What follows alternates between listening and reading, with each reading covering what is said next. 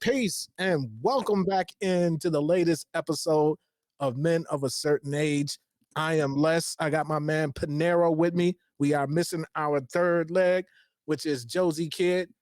If he shows up, good. If not, we got to keep it moving and make it do what it do, because it's a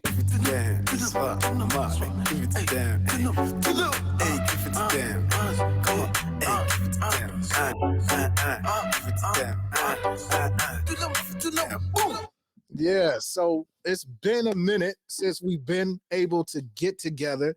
It's been a good 13 days since we've had a Give It To Him Friday, and we're sorry about that while we were on hiatus. Took a little time away for Thanksgiving so we can go ahead, get that good God degree in us. And also, man, we took a trip as a family, man. We went out to Vegas to celebrate our fallen veterans' born day, DJ Shay. We celebrate his birthday every year on his birthday, which is November 23rd. Next year, man, y'all come out and hang out with us, share, subscribe, and comment down low.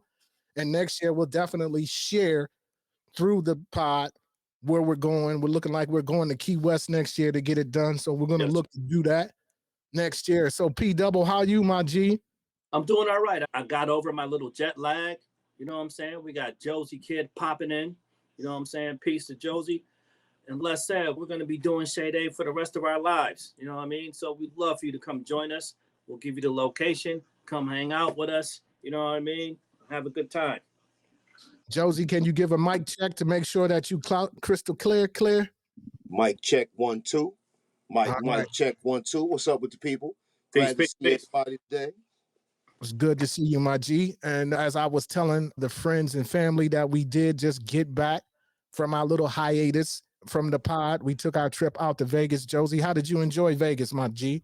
Man, always a pleasure to hit Vegas and get some relief from the day-to-day grind. So it was a joy and a pleasure to see my fam and to get out and spend some time together. So I enjoyed it tremendously.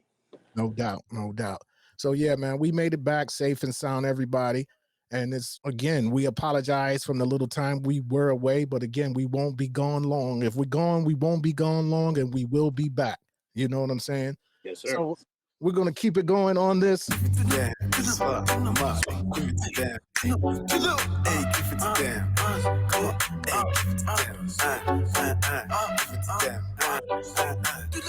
Lalo. All right. Again, please share, subscribe, and comment down below. So again, it's been a while since we got together and chopped it up. And there's been a lot of things that's been going on since we've been together. So what I'm going to do is this, as we always do, we bring up videos and certain things and we play them, and then we chop it up about them after we play the video. One of the first videos I want to get into, man, is from Dame Dash. And this is from Dame's Instagram, and it is concerning Lyor Cohen. And again, this is the 50th year of hip hop. And during this whole celebration, we've been talking about the whole culture of hip hop, how it's wavering, how it's floating away, how it's not about the 5 elements of hip hop any longer. It's only about money and prosper. And there's nothing wrong with being money and prosperous. You know what I'm saying? But also it has to be some type of balance to that money and prosperity. You know what I'm saying? So what I want to do is this. I want to play this little cut that Lyor Cohen talked about on the Breakfast Club, that we're going to come back and react to what he had to say. All right, y'all, here we go.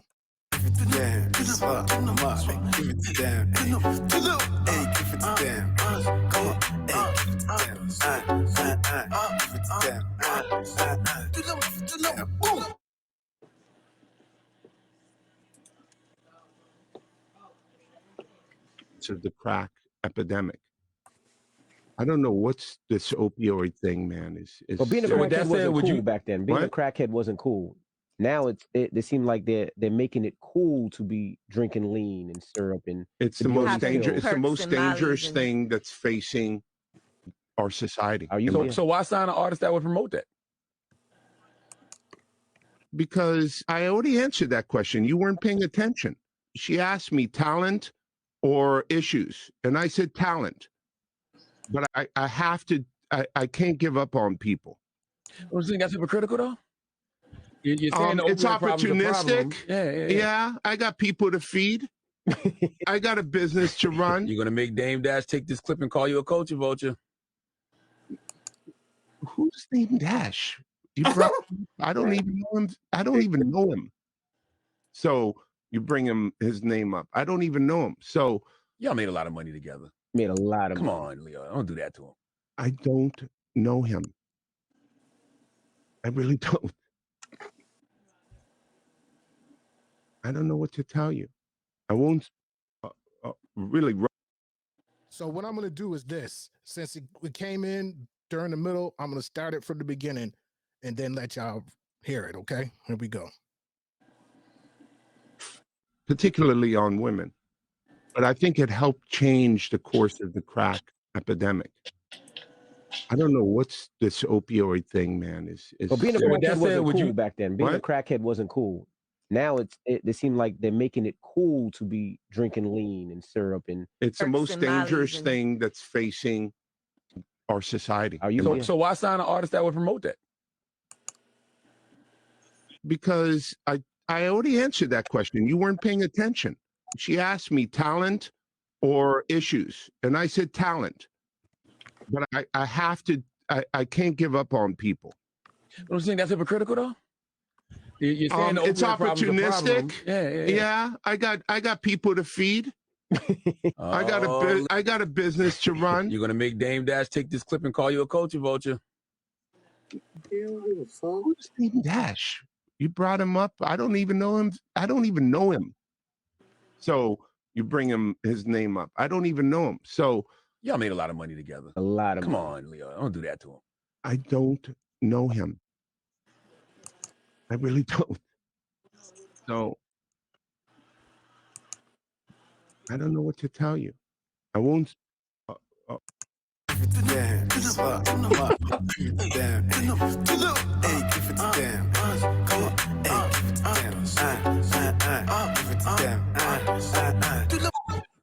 So before I come to you gentlemen, so the gist of the interview was Lyor peddling death and everything else to the Black community through the hip hop music. And you see his reaction was, I got mouths to feed. That was what his rebut was. But I want y'all to react to it. Josie, go ahead and give me your skewed view. Go ahead, give it to me. Y'all already know where I'm at. I think that for me, there have been Black Sabbath, there have been death metal, there have been all kinds of music that gives a dark viewpoint of the human experience. And I think that for us to try to ask Lyor or a label to censor or try to make these people give you music that's not authentic to them gives us a different human experience. Now, him signing an artist that speaks about drugs and lean, again, the Beatles was singing about taking pills and fucking flying on yellow buses. We keep trying to be hypocritical to hip hop. That's some bullshit. We cannot give the label the responsibility to oversee these artists. They going out looking for shit that's hot. The people is fucking following it and they putting money behind it. If we want to stop that shit, stop fucking following it. If it ain't hot, they won't go get it, period. So the bullshit is us. So with respect to the Beatles, it's the Yellow Submarine.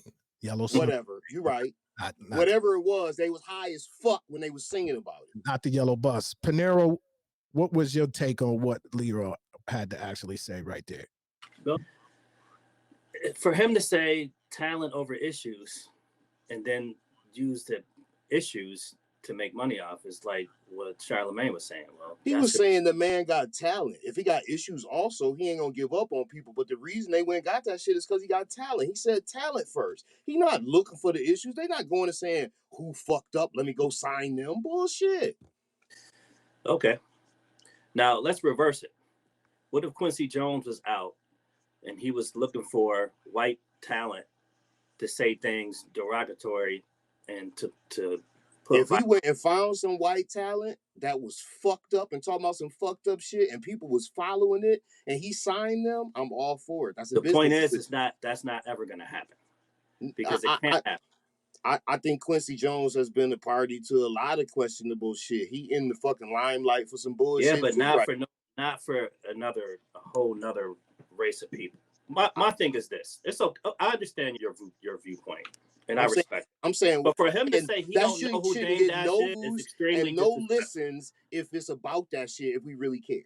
Okay, right. Josie, let him. You made your point. Now I just want to get my point across. I didn't interrupt you. For him to say that he doesn't even know Dame Dash is disrespectful. You know what I'm saying? Okay, he don't care. That's fine. I heard you say he don't care while he was saying it. The fact that he says that he don't even know him is a slap in the face to hip hop. Dame is hip hop. You know what I'm saying? You tell me he's not. Now I wouldn't respect that. Now him saying that he don't know him is a reason why I feel like Lyor, I gotta feed my family. Lyor is a vulture to the culture, in my opinion. You know what I'm saying? Okay, now it's not illegal, and you can do whatever you want to make money, but it's disrespectful, and I don't respect him for that. So, in my opinion, which may be different than yours, fuck Lyor. That's how I feel. So I'm not advocating for Lyor, and I think that all labels, like I said, it's not illegals, Josie, but fuck him. I agree, but listen, I think all labels are culture vultures. I can't think of any label that didn't take advantage of a culture or opportunity to expose some shit that people was already fucking on and make money from it. That shit is ridiculous that we want to point out fucking the hip hop motherfuckers for doing it. When he developed Motown, he was a culture vulture, or was he a part of the culture? Goddamn right. He was a part of the actual culture.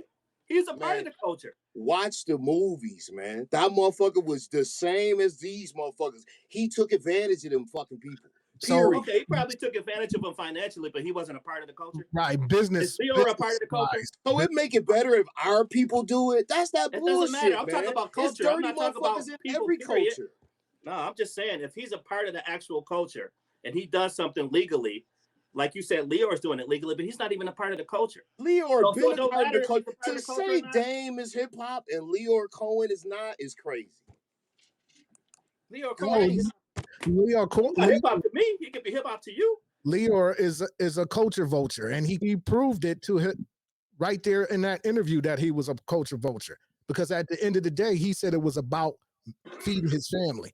It always should be about feeding his family if they in business. That's that bullshit. How is that? That's not the bullshit. That just because you trying to feed your family, it's all right for you to do whatever. It's all right for me to sign an artist that's already blowing on some drug shit. Yes. He already singing about that shit. I didn't tell him to do that.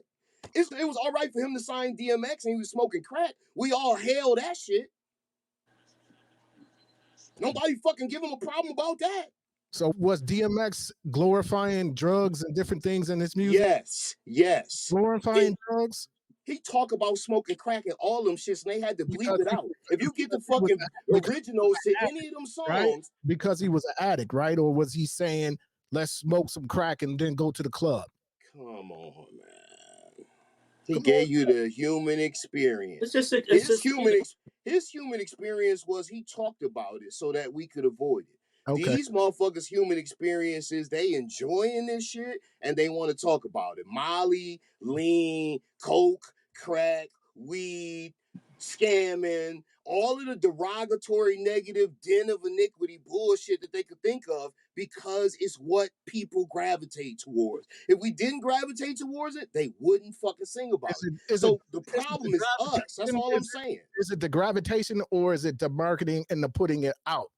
Because there are artists that are out there that are uplifting and putting out positive music that don't get the same push and the same look at the label. So let me respond to that. One second. No to that. And the reason why they get the push and all of that because they want them to go a certain way. They want to rhyme a certain way. I disagree. I think that the reason they get that push is because they already blowing. Right now, the music business isn't about talent, and every artist that's giving interviews is talking about that. It's about exposure and who's popular. So if you're not popular already, they not signing you. You don't get the push. So the point is, we make the drug shit and the derogatory shit popular. If it wasn't popular, that wouldn't be the shit to get the push. If we want the positive shit and the shit that's enlightening, that's about forward motion for the people to get the push, we should fucking support it. Even if we support it, we only make up 13% of the country. Hold that. Who is we? I'm talking about the people that's putting out the music and the people that's watching this shit. The people that's watching this shit, you're right. We only make up 13% of the culture, but we lead. The entire country. But we lead in what they consume. They're watching us for fucking the ability to mimic what we are doing. So if we doing it, they doing it. They're fucking followers. So I'm simply saying, if we support the shit that is positive, it'll get light and get pushed. We gravitate towards the hood bullshit. Because they put that out there first. You know what I mean? Everybody ain't just gravitating to the hood. They independent, man. Ain't no putting it out for us. They putting it out themselves first. All right, hold that, because I got something else for you. The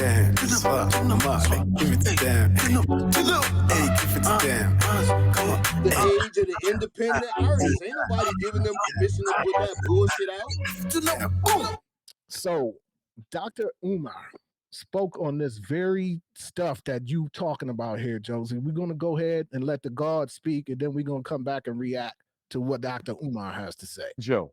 I like Fat Joe. One of the things I respected about Fat Joe was when he reaffirmed that Latinos are Africans. He openly said that Puerto Ricans, Dominicans, and Cubans were African, and they need to start acting like it. Their ancestors came from the continent just like ours did. Now, some people could argue he only said that in order to keep his validity in the hip-hop community, but I believe he was sincere. I believe Fat Joe was sincere. I'm a fan of Fat Joe. I like him. My biggest issue with all the rappers would be, when are y'all going to do more for the community? Because see, my issue is this. Exactly. Right now, we're celebrating the 50th anniversary of hip hop. That's the big theme right now all over the country, all over the world. 50th anniversary of hip hop. We only got 60 days left in 2023. Do you mean to tell me we're going to let this year-long celebration go by and nobody's going to have a serious conversation about whether hip-hop has actually been a benefit or not to the Black community? I haven't seen a conversation, a YouTube, a town hall meeting, a BET special. I don't see anybody talking about the ramifications, the negative impact that hip-hop has had on the Black community. Now, the first thing the hip-hop artist is going to say, I'm only rapping what I live. But you don't live it no more. The minute you start making money, you moved out the neighborhood. So why are you still rapping about drugs and death when you don't live around that no more? That means you're a hypocrite. If you're telling me you're rapping what you live, you don't live it no more. Period. And if you're so dedicated to telling the ghetto tale, why did you move out the neighborhood? Why do you send your kids to private schools? So you live in a white neighborhood, you send your kids to white private schools, you moved out the Black ghetto the minute you had enough money to do, but yet you're telling me the reason you're still rapping about death, drugs, jail, and homicide is because that's the life you live. You don't live it no more. For me, I'm looking at hip hop and I'm saying to myself, it is the most influential music genre in the world. 50 years, a multi-billion-dollar industry. Amen. And in 50 years, the hip hop community hasn't built a single relevant institution for the Black community anywhere. Think about that for a minute. Think about that. Look, Dr. King began his career with the Montgomery bus boycott in 1955. Dr. King was assassinated in 1968. That means Dr. King had 13 years. Look at what he did in 13 years. Let's go to the Black Panther Party. The Black Panther Party was founded in 1966. The revolutionary phase of the Black Panther Party was pretty much over with by 1971. That's 5 or 6 years. And look what the Panthers did in 5 or 6 years. Marcus Garvey, the Honorable Marcus Garvey, showed up in New York in 1916. He's deported in 1927. 11 years. Hip hop has been around for 50 years. Not a single hospital, not a single school, not a single bank, not a single supermarket, not a single distribution company. How can we call hip hop a blessing to the Black community with that type of money being made off of our culture and the community doesn't benefit from it at all? Whoa. You come to the community and give out a few turkeys. You come to the community and give out a few pair of sneakers. Rick Ross, Jones, and you throw a couple parties. And in exchange for some damn turkeys and chickens and some sneakers, you get free publicity. Death and destruction on our children for a living. And we're supposed to be okay with that because you dropped off some clothes and some turkeys. It's not acceptable. Until hip hop begins to be a blessing for the Black community, hip hop is an agent of white supremacy. Oh! Boom. Yeah, give it to them. Hey, give it to them. Come on, hey, give it to them. Now who the culture vulture? Like, now who the culture vulture? Like, share, and subscribe, and comment down low. P Double, I'm coming to you first, Lord. What did any of that he said had to do with culture vulture, Josie? What he's saying is we culture vulture in our own shit. We go out and make a whole bunch of money and don't go back and give back and do shit for our fucking people. Yeah, we want to fucking talk shit about them. That's some bullshit. We keep doing the same shit. We pointing a finger and ignoring our own responsibility in our own shit. So when he said that you're not rapping about the things that you're rapping about, things that you're not rapping on what you're going through right now, makes a lot of sense to me because you should grow up. Now, when Andre 3000 started playing the flute, people were upset with him about you ain't giving us the real, the raw, the real. But he's grown up, but people are upset with that. He don't. Nobody said nothing about the real. We said we want them bars, and we want him to talk about life as he know it right now. He's not living in an area of his life where he can give you bars because he feel like what he's doing is not interesting enough for bars. You know what I'm saying? So you talk about the circle, but what I'm saying is you want it, but then you don't want it. That's what I just said. Now, when I want bars. When I talk about hip hop, I talk about rap. I don't want to talk about the flute unless he rapping to. He ain't in that place. Checking for that shit, but that don't mean I don't support it. But you feel like he owes you that. He owes you those bars, though, right? I didn't say that. That's not what I said. I didn't give them none of that. I said I would like to see bars from the man, and I thought that the motherfucker still has something to say. That's all I said on that subject. I wasn't down on him, and we supported his album. We all gave that shit thumbs up and said we support it. Go check for it. When it comes to money, and in this country and capitalism, people should do things when they get to a certain. Y'all still trying to sweep under the rug what the man. No, I'm saying what the man said is that these rappers are getting money. They're not giving back to the community. I agree with Dr. Umar, a lot of what he said. So you look at what Dr. Umar is saying, right? He's saying that within that 50-year time, there has been no progression from the music. Now, some will argue that there's been plenty of millionaires, even billionaires, that have come out of the hip hop industry. We cannot argue that.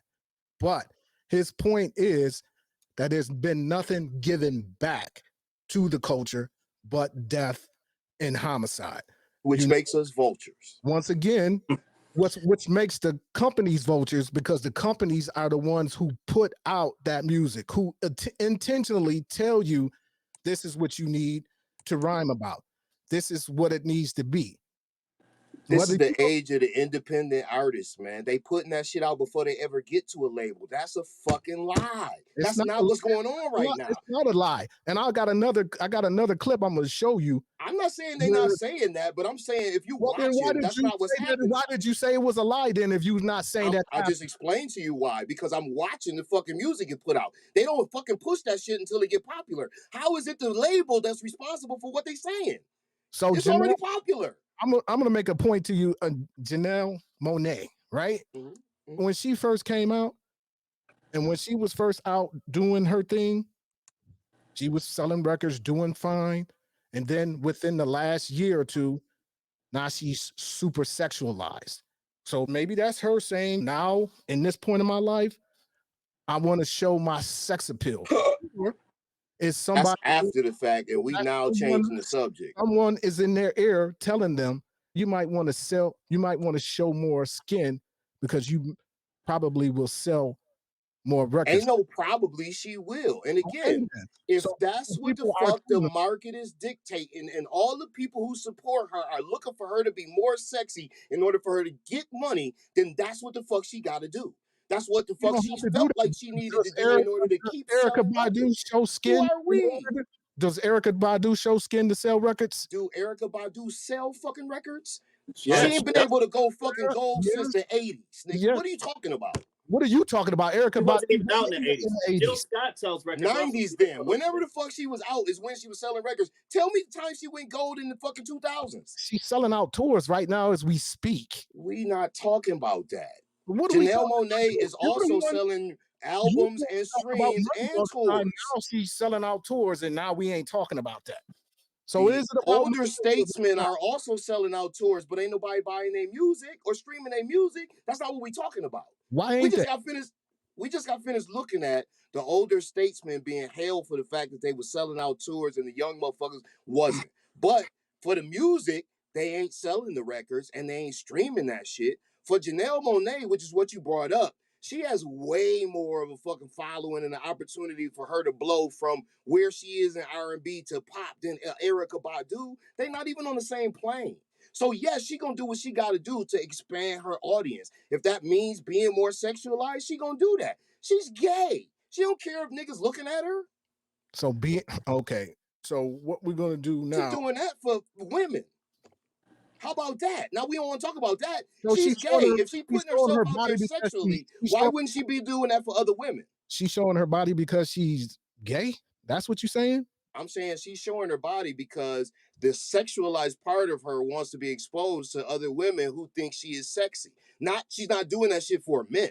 If she agreed to that shit, she agreed to it because she knew other women were looking at her. She don't give a fuck about the men looking. She's gay. If she wants money, she care if everybody looks, right? Exactly. Exactly. She want the eyeball. So why she not the one sitting toiling with the decision. We are. Oh my God, it's wrong because she tried to show some thigh. She want to sell more records. She wrong. I think it was they were saying putting it in her ear to show more skin to sell more records. I'm saying tell her whatever the fuck she got to do to sell more records if they know it's going to sell more records, as long as it don't hurt her. They ain't tell her to take or sell no drugs or to talk about smoking or drinking no lean. That's what we was talking about. The niggas drinking lean, talking about popping mollies is talking about that shit before the label ever get involved. Period. So it's okay for the label to just go ahead and make money off of it. That's absolutely. If it's fucking popular and the motherfuckers are selling records anyway, absolutely. That's a business decision. It was all right for the motherfuckers to make money off the Beatles. Why is it not? It was all right for the motherfuckers to make money off the Grateful Dead talking about taking acid for decades. Are you sure that the Beatles and the Grateful Dead were talking about drugs? Can you? Absolutely. I bet anybody $100 on that shit right now. Any one of those topics, we talk about the Beatles or Grateful Dead. Yes. Can you, Sean Josie, point to a song? Huh? Can you, Sean Josie, point to a song where they talking about drugs in it? Let's do a show on it, and I'll pull up the interviews where they say it themselves in their own mouths. If they did it artistically. It wasn't right in your face. Oh, so because the artist said it was okay. I didn't say that. And the label got behind them, then it's cool. The artist said it was okay if they independent. That's the same thing. If the artist go do that, make it popular, and then the label say, oh, okay, I see he popping. Let me go grab him and put some money behind him. How is it the label's fault? The artist is actively pushing that shit first. They both have responsibility There you go. I could agree to that. I could agree to that. Nobody's saying that the artists don't have responsibility. Nobody said that. If you go back and look, when I introduced, we is saying that when we saying they culture vultures and they do it this, that, and the other, and we put it on Lyor don't give a fuck about them. He want to make money. If that's what the fuck they doing, then he pushing it. If he grabs you, because you talking about selling crack, how is he grabbing you? He grabbing you because you popular. Because he knows he can make money off of you. Is looking at you. He knows he can feed his kids off of you. That's why. Why would he grab somebody that he couldn't? That's the part that I be talking about. The conversation go left. I'm not grabbing nobody that I can't feed my kids off of. I'm a fucking label. So let's go ahead. We're gonna put a pin in this one, and then we're gonna move to the next one. Yeah, it's up, give it to them. Hey, give it to them. Come on, hey, give it to them. So yeah, this next one that I'm gonna share with you is from Legend, a legendary producer. His name is Derek D. Angeletti. Yes. And he sat down with my man, DJ Thorough, and he spoke on the industry. So what I'm going to do is I'm going to go ahead and I'm going to share my screen and we're going to listen to D. And then we're going to come back and do what we always do. Yeah.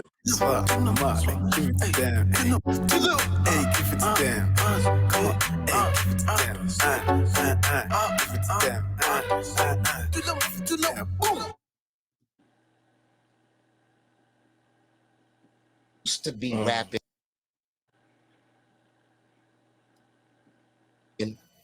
rapping and we're letting them and telling them they're hot. Right. And they're not. Right. Yeah, facts. Exactly. How about that? Let's talk regionally. I'm just saying, because whatever they were doing regionally, there was still that sect in every region where there was a group of people that shouldn't be doing it, in my humble opinion, but they did it the best they could. But it sent the message to what you're seeing now. Yeah. What you're seeing now, somebody, all they need is this, a board, and some beats off the internet that says, give me beats that sound like Drake. Right. And they can now make records, Drake type beats, right, or D. type beats. Right. And then they go make a whole album with drops all in it, D. beats, all up in it, because it became, why not? Yeah. Why not? And so we did that. The generation before us didn't do that. You ain't see Fly Ty rapping. Yeah. You ain't see Russell bust no verses. Andre was a rapper and gave it up and then became a thing. Right. We did that. In the 90s, niggas, we said, oh, okay, you the marketing dude, go rap. Right. Yeah. You the CEO, go rap. There's more people that can't rap that ain't supposed to be rapping, and we're letting them and telling them they're hot. Right. And they're not. Right. Yeah, facts. What about regionally? How about that? Let's talk regionally. Well, I'm just saying, because whatever they were doing regionally, there was still that sect in every region where there was a group of people that shouldn't be doing it, in my humble opinion, but they did it the best they could. But it sent the message to what you're seeing now. Yeah. What you're seeing now, somebody, all they need is this, a board, and some beats off the internet that says, give me beats that sound like Drake. Right. Yeah. And they can now make records, Drake type beats, right, or D. type beats. Right. And then they go make a whole album with drops all in it, D. beats, all up, because it became, why not? Yeah. Why not? And we did that. Right. The generation before us didn't do that. You ain't see Fly Ty rapping. Yeah. You ain't see Russell bust no verses. Andre was a rapper and gave it up and then became a thing. Right. We did that. In the 90s, niggas, we said, oh, okay, you the marketing dude, go rap. Right. Yeah. You the CEO, go rap. There's more people that can't rap. Yeah, it's up, give it to them. Hey, give it to them. Yes.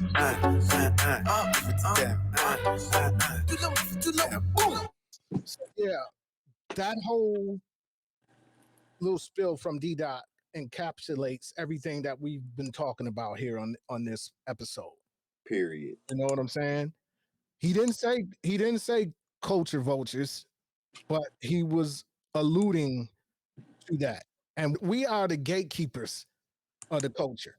And like he said, he blamed that on us for in the 90s. And as I said in the episodes before, The golden age for me stopped in 97.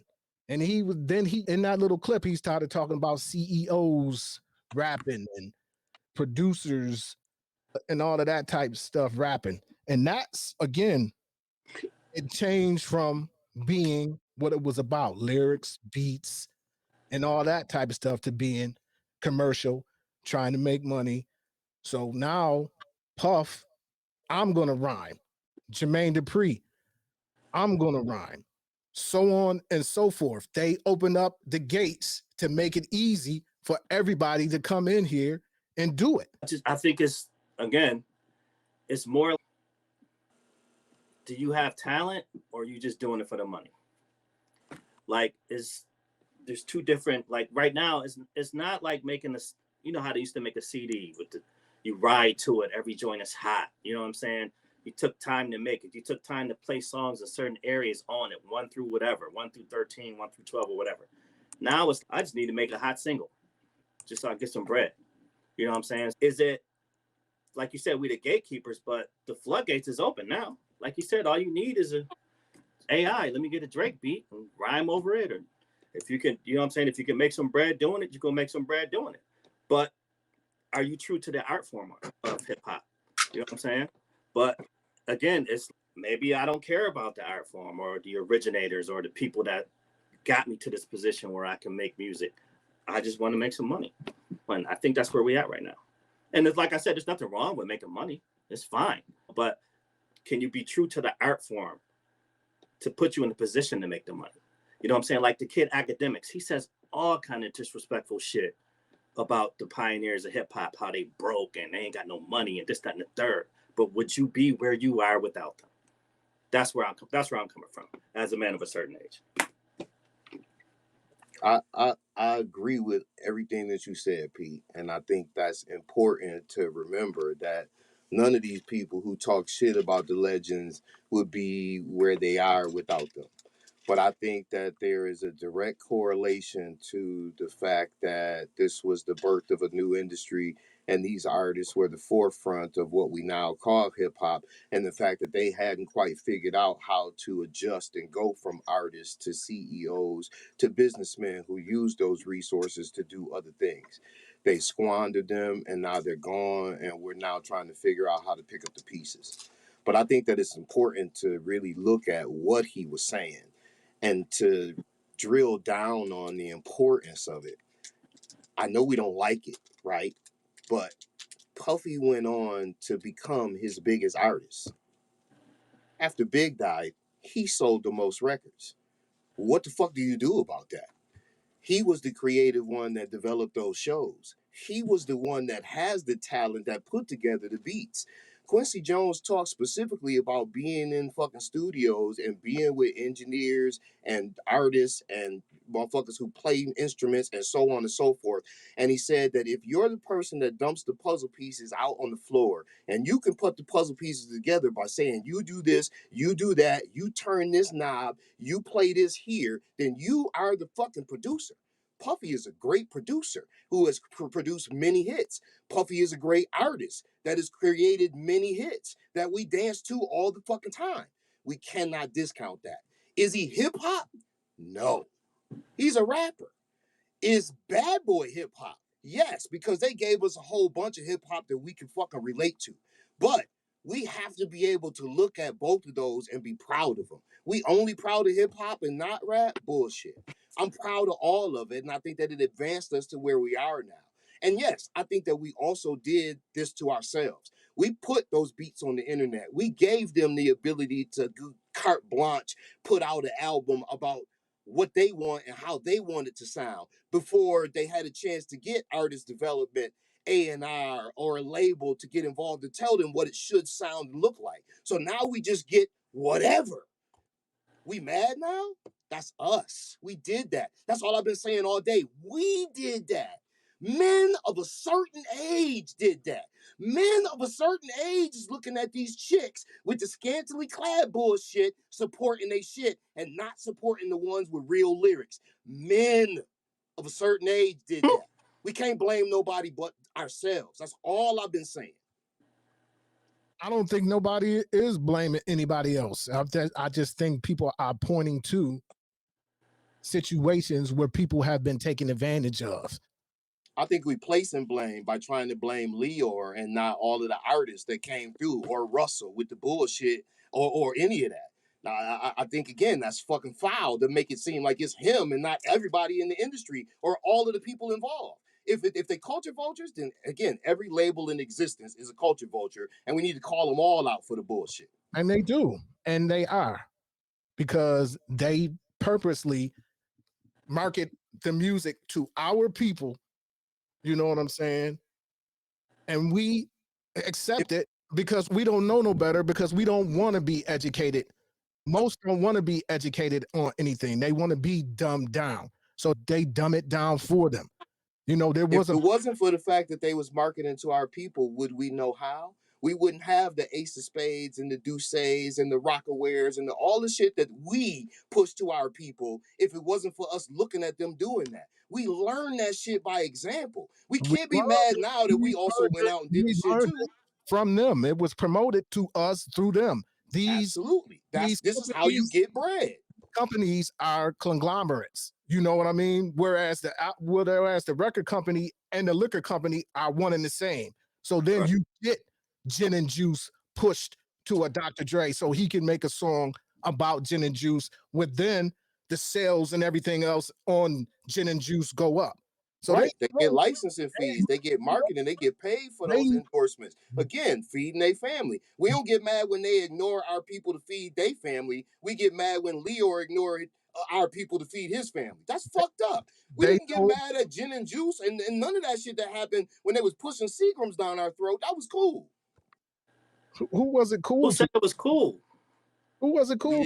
We didn't talk shit about it, about Snoop or Dre pushing Seagram's gin when that shit was going on. It was cool then. Because at that point in time, people wasn't hip to what was going on. Nowadays, people was hip to what's going on. So now you're going to complain. You can't complain what you don't know about. I can't say that we didn't know that we was being pushed liquor. We just liked it. We enjoyed the taste of it. We enjoyed getting fucking popped and then fucking having a good time on it. We still do to this day. Ace of Spades, Douce, all the motherfucking liquors these motherfuckers coming out with is being endorsed in every song they talk about. Again, we not mad at them. We only mad at the motherfuckers that come in that endorse them or push them or give them funding. Don't say we. Bullshit. I'm mad at them, so I'll speak for myself. Okay. I'm a motherfucking individual, so I'm mad at them. Who is we, white man? You go. There you go. Take responsibility for your shit. I'm an individual in this shit. You know what I'm saying? And when I see wrong, I'm gonna speak on it. You know what I'm saying? And that's my opinion. I agree. I just don't agree it's anything wrong with them getting bread if it don't hurt nobody. We ain't telling nobody to go pick up none of that shit. It's already happening. It's hurting millions, Josie. What you mean if it don't hurt nobody? What you mean if it don't hurt nobody? I'm saying we are hurting ourselves. Right. If we don't endorse it and push it, then they won't think it's hot and put no money behind it. It's us. That's all I'm saying. Which is even worse. And as I was saying, when I introduced that whole D1 interview, when he was addressing and mentioning to Jim Jones and Rick Ross and Steve Mill about the death, murder, kill that they continue to rhyme about, whereas they don't need to rhyme about that any longer. Not living that life no more. You look at Nas Escobar. Is Nas still rhyming about selling drugs and shooting up shit? Yeah, and you just got finished saying you was good on him and fucking what's the name beats, and you needed him to come with something different. So I said that I was done with him rhyming over Hit Boy beats. They don't have nothing to do with his lyrics. What are you talking about? What do you? No, nothing to do with his lyrics. But I'm simply saying he the only one. The rest of the motherfuckers is talking about the murder because it's happening. It's happening around them. How can you ignore this shit? Now, we can say it's a cyclical thing. The music is making the murder is making the music. Okay, cool. Rick Ross, they use Rick Ross' house in Coming to America 3 or whatever it was, right? And for a fucking car show or car festival just recently. Rick Ross. Why is he rapping about murder then? What song is he rapping about murder then? It was Meek that was rapping about the murder. He ain't said nothing about killing nobody. Yes, Rick Ross has on that song. Not in that song with Meek Mill, Josie. That's the song I'm talking about. Meek was the one that said something about murdering somebody. It wasn't Rick. It's Rick's song. And again, they purporting the shit and pushing the shit is what they're talking about. D1 is out here on some crusade that make him more famous to try to expose the fact that everybody talking some bullshit. And I respect him for that because he getting a whole lot of acclaim for it. But let's call it what it is, man. It's free fucking publicity. He don't got the money to promote himself like the rest of them folks. Because he talking real shit is publicity. It's a publicity stunt. Why not fall in line and start rhyming and shoot him up, bang lean? He'll get more people that way than talking some positive shit, right? You just said that yourself. What I'm saying to you is that he's trying to bring light to the positive shit by using the negative and being the person to speak out about the shit. And I applaud him for that. But if it wasn't for that, you niggas nor me would be checking for him. You don't know who the fuck D1 was before he started talking that shit. He had a whole lot of music before that. Ain't nobody listen to the shit.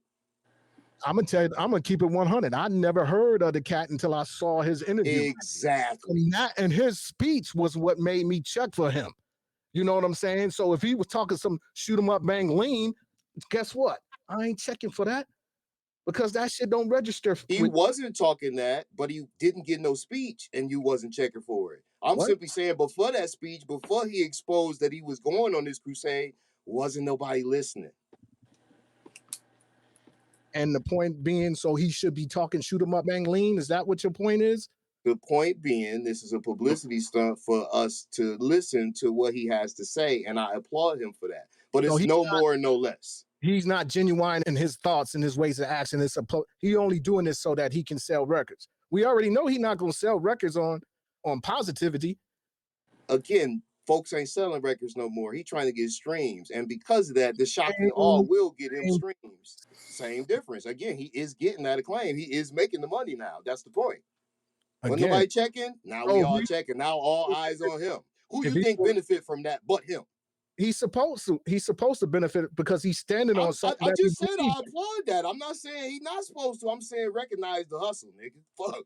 That's all. So he's doing that shit for a reason. So everybody ain't money hungry and money grubbing, Josie. How come you gotta be hungry because you're trying to feed your family? You keep trying to demonize capitalism. That's bullshit, because capitalism, there's a lot of hurt that comes along with capitalism. It also does a lot of good. Why don't we expose that? Why we don't talk about what good capitalism does?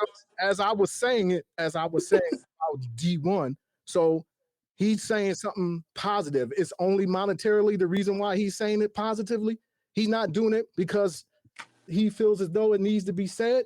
No, I think he's genuine in the way that he raps. I think that his attack on all the other rappers is not genuine. That is exposure. It's the same thing as 50 Cent coming out talking about how to rob, going after all the other rappers, talking shit about how he was going to rob them when he saw them to get publicity. It's the same exact stuff. That's not the same thing. You saying that this man is doing it for publicity. How do you know this man is not doing it from the? I'm gonna play something for you that he said out of his. I can only tell you what I know of his music before and after. Again, I was listening. Y'all wasn't. All you can do is tell me your opinion. That's it. Because you speaking like it's actual. I know he did. Like the music is out there. Go research it. That's all you got to do. Go look it up. I know he did it for this. Is what you said. That's what we here to give our opinions on what we think. That's what I think. I think that, again, the man is doing a great job on the spin on 50 Cent's play to get in the industry. And he's got all eyes on him when he didn't have them there before. So one more thing I want to play before we wrap this up. So hold tight.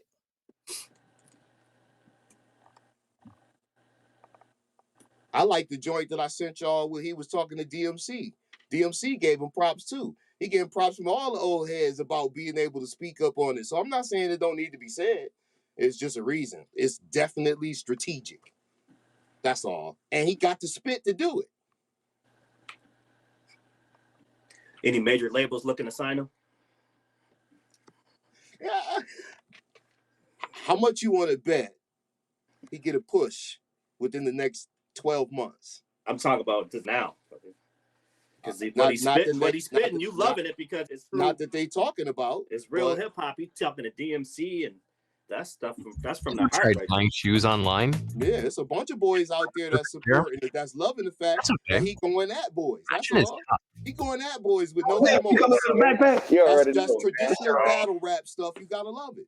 What I got going, hear your songs, but I don't know. Well, I'm unique and I'm special. Even if energy between you and other people. And I don't necessarily see it as a combative energy, as more of an energy of if we could all sit down and have this conversation, that conversation works. And that conversation pushes us as a people forward. Yeah. That's what I see. But it has to be a genesis. You released your children's book, David Found a Slingshot, and it was about bullying.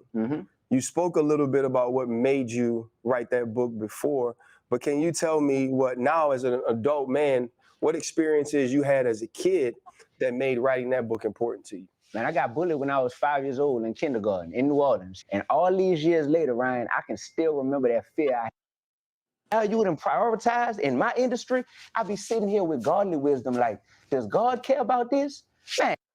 Your album, Uno, right? One of the tracks is Your Story is Your Glory. And in there you say something like, your greatest competition is reaching your fullest potential. Yeah. Speak to that for us. I don't know where this competitive nature comes from outside of sports, right? I don't know how all of society has turned into everybody comparing themselves. That's the main thief of your joy, is when you comparing yourself to people. And all of a sudden we live in this world where on social media, whether or not you're trying to, every day you open up that screen and you look, you might be looking at what RC or what Shannon or what Fred just accomplished, but instead of being able to celebrate them subconsciously, a lot of people start comparing them. The turn to tell me like, don't go that way. Yeah, but if it never takes that turn, and if we live in a system, keep in mind it's a three-part ecosystem, Shannon. It's the labels, it's the industry, it's fans, and it's artists. Without fans and artists, there is no industry. Everybody say, blame the labels, blame the industry. We have to realize that we have more power than there is no industry without artists and without fans. But at the end of the day, when people say, man, I'm just feeding my family. I'm just, this entertainment. I'm just feeding my family. When people say that, it's but at what expense? You're right. You live it. You live in an industry to where they're going to any expense, things that are detrimental to your community. Is that money? And no, he's saying at what expense? Oh, I know exactly what he's saying. He's saying the same thing y'all saying. And I'm saying for the motherfuckers that's coming out of poverty, that's looking at shooting and bullshit going around, they in projects, they trying to get out of the hood at any expense. They don't give a fuck what he talking about. Again, they talking about what they living. Feeding your family of 4 or your family of 5, is that money worth poisoning the minds of millions of impressionable fans out here? So my question would be, D, where does foundation come into play? You spoke about, do we believe in God? Listen, man, I'm from Tarrytown. I went to regular Baptist church in Gretna, right? That's my foundation. My foundation is Christ. You are a teacher. D, where does foundation come into play, right? You have a foundation as a Christian. You have a foundation as a teacher. And so now in exploring your passions and your purposes, that's where it comes from. When you're speaking of these artists who still, in the name of entertainment, talk about those old things, talk about the way the streets were, or tell those stories from what they lived and don't necessarily progress past it, how much do you give grace for their foundation, for their upbringing, and trying to have true, real conversations of change? That's why I always preface anything I say by, does anyone not believe in God? Because 1 Timothy 6:10 says, for the love of money is the root of all kinds of evil. Amen. So I'm realizing that no matter what someone's foundation is, if they let money become their foundation more than their faith in God or anything, then that love of money right there is going to give way to a whole bunch of other behavior and lack of evolution and lack of growth in their life. So what I find in the rap game is that's the most celebrated thing, is money. And then once you make the money, you're supposed to become financially free. It's supposed to be like, man, I'm good. I got that nest egg, you heard me? Like, I can live off the interest from my investments now. That's what's supposed to happen. But what happens is because people have fallen in love with the money, they're still a slave to it. Right. And they become rich slaves. So these conversations, Ryan, this is an honest critique of hip hop culture.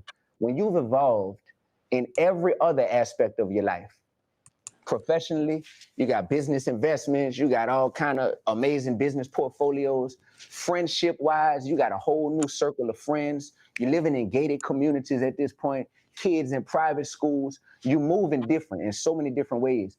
But the only time that you refuse to evolve is when you get on that microphone and you choose to say, I got to tap back into me from 20 years ago and still glorify this in my music. That right there, that's called cognitive dissonance. That's knowing that when in one of your other songs, you actually talk about that. I talk about it. It's called People Don't Want That Real. Cognitive dissonance is, I know that what I'm about to do right now ain't right. And I know that it ain't the best version of who I am. But it's so appealing and it's so enchanting to my ego and to my spirit and possibly to my pockets that I'm gonna do it anyway. That level of cognitive dissonance from artists, man, I've been in the studio, in the booth with people who we both know, to where we having convos like this, you heard me, outside the studio. And I'm like, man, we talking, building as black men. I look up to these people. As soon as the engineer say, hey, such and such, the beat ready, you could come in and spit your verse now. They proceed to leave from with me. They go hop inside the booth and spit the most violent, ignorant, you heard me, murking your whole black rap. And then they hop out the booth and come sit back down. They're like, yeah, so where we left off at, what we were talking about? Exactly. That right there, that's scary. That's scary because that music is gonna live longer than that artist and longer than me. That music lives forever. So all I'm talking about is what we choosing to say on the microphone. There's life and death in the power of the tongue. That's Proverbs 18 and 21. You know what I mean? Like, people want to say that we believe in God, but we want to have selective loyalty to the ways of God. Selective motherfucking hearing when it comes to this shit. That's right.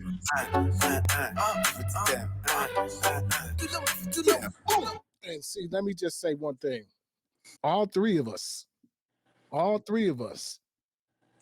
have fell victim to the love of money and what it got all three of us. You know what I'm saying? So at some point, Josie, all money ain't good money. And you got to choose whether you have morals or values, or I want $100, whether it's detrimental to the next man or what. At some point, man, you got to have morals. You got to stand for something or stand on something. The saying is now in the streets, I stand on business. I stand on business, man. And I listen to the young God, D1, and listen to him speak. I don't see him speaking this so that he can make $1. I see him speaking this so that he can help or change 1 or 2 lives. I don't think he out here chasing a buck. I think he telling this from the heart and trying to make a difference, B. So I agree that the young brother, the young God, is extremely intelligent. And I also agree that he is very aware of what he is doing.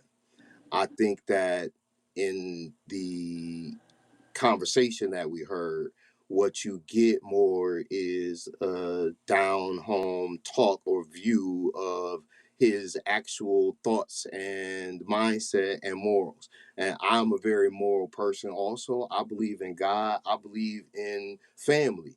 And I also believe in capitalism. And I feel like hurting people is a direct correlation to what you yourself have done, and your responsibility is to that. And I think that for me, what I saw is that you think that what he said backs up your point, and what I think is that what he said backs up my point, because he put it on the artist. He put it on the fans. He said it's not the label fault, which is all I've been saying all day. It is us putting that shit together. He talked about the artist being able to have intelligible, credible conversations and then going in the booth and spitting some nonsense. It's us. I, again, am simply saying that we create it, then we go support it and embellish it and endorse it, and then it gets pushed by the labels and the radio stations to the masses. That's not the fucking radio stations or the label's fault. It's us. If we want change, we have to rely and be the responsible ones to make the change, which is what he is doing. Again, I applaud him for that. But I want to ask a question. For a motherfucker who got so much to say about lean and pills and drugs and murder and rap, and for him to be from New Orleans, why the fuck he ain't go after Weezy if it's from the heart? Who says that he didn't? I'm saying he didn't. Oh, you know that he didn't? Why he ain't go at Weezy? Why he go at Meek and Rick Ross if it's about lean and pills and murder? Why not go at Weezy in your own fucking backyard? You don't know that. If it's not about money. So you're positive he didn't go after Weezy, right? I'm positive. Oh, he's selecting who he wants to go after. Maybe he will go after him next. Maybe, but I'm simply saying it's strategic. He knows what he's doing. That's all. Yeah, he trying to make a difference. That's what he trying to do. He's trying to make a difference and a dollar, and there's nothing wrong with that. That's all I'm saying. You can't demonize making the dollar. Promote publicity stuff. I'm still saying that. This is a 50 Cent. And what I said is you don't know why he's doing it. He could be doing it from his heart to make a difference. You the one that's always stuck on making a dollar. If he's doing it from his heart to make a difference, then the motherfucker talk the most about lean, pills, and murder is Weezy. Why not go after him? Again, that's probably a question you might. You don't know that's that the question. Again, we going on our opinions. That's the point. I'm proving that his opinion is an opinion also. We can only give our opinions, but look at the facts. Pills, lean, murder, Weezy, all day in his backyard. If he's doing this to make a difference, why not go after him first? So you think when he calls out Rick Ross and Meek Mills for the bullshit that they saying, that he's saying that Lil Wayne is not as fucking reckless as they are? That's what you saying? Just because he didn't say his name? All his fucking name. Again, he got the balls to say all the rest of this shit. Why not Weezy? Okay, you don't. You gotta ask the question if you saying this shit is from the heart and that he doing this shit not to make money. You gotta ask the question. You can't say we don't need an answer to that. Again, he may have said something about Weezy. We just haven't seen the footage. I'm checking for him. I haven't seen it. And I was checking for him before all of this. And again, when he addresses people rhyming about poison and different things, I don't think he's just talking about Meek Mill and Rick Ross neither. He can't be, because 99% of the industry is talking that shit. Exactly. That's why we applaud his effort. I'm simply saying that's still what the fuck they experiencing, what's going on and what they writing about. And as long as they write about it and put it out there and we say, oh shit, that's popping, stream it. Let me send it to my people. Oh shit, did you see so much? And it get popular, the label gonna back it up. It's not their fault. It's ours. We got to take responsibility. Yeah, we can only take responsibility for ourselves, but those who can't be responsible for themselves, is up to us to show them the way. For sure. You feel me? But that's the way. Don't support that shit. If it don't get popping, the labels won't support it and we won't hear it no more. And maybe we could get to something positive. Until then, this year, I have sent both of you at least 20 positive, upcoming, uplifting artists talking about real shit, and you shut them all down. So I don't want to hear about how we support motherfuckers that's not talking murder, kill, because all you want to listen to is Mob and fucking Ghost and Woo, which is talking murder, kill, drugs. Period. No, and there's a lot. And at the same time, I just played the new Claudine joint from the Woo. Did you watch that episode when I introduced the new Woo song and I was talking about how they wasn't talking about crack and drugs on this song, how the song had evolved? I guess you didn't see that. I'm not the one saying it's all about that. What I'm saying is that the only thing that you support is that we talk. Name a Mob song that's evolved. Because that's all we talk about is P and Mob Deep. So name a Mob song that don't talk about drugs and guns. There's a Mob song called "Drink Away the Pain." Drug. Drink away the pain. Meaning trying to get off. The alcohol is a drug. Yeah, trying to get away from drinking and alcohol. And actually, Q-Tip was talking about getting away from being addicted to fashion. But that's what I'm saying. It's always been a viewpoint where a motherfucker could either lead you toward the light or away from it. It's always been dark and light songs. So I agree with the fact that there are many songs from all of those artists that were different. I'm not trying to say that. I'm saying the shit that we like is the grimy gutter shit. And we like that shit for a reason. And I'm not going to stop liking that shit because I listen to positive shit. I'm also going to listen to the positive. But I need that negative viewpoint too. Damn, give it to damn. Hey, give it to damn. Come on, hey, give it to damn.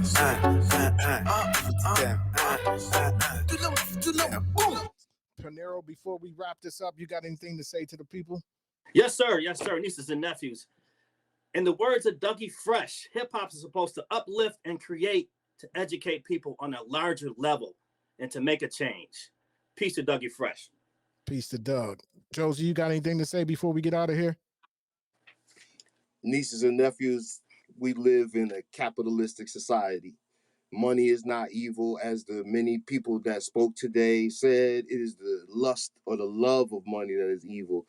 And if you're willing to do anything for it, then you unfortunately are susceptible to the consequences of your actions.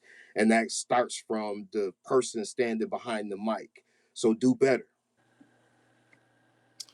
On that note, thanks again for tuning in to Men of a Certain Age. Please share a comment down below. Again, as long as the love and the trust is there, we will continue to grow. And as for always, man, DJ Shay forever. Peace. DJ Shay forever. Damn.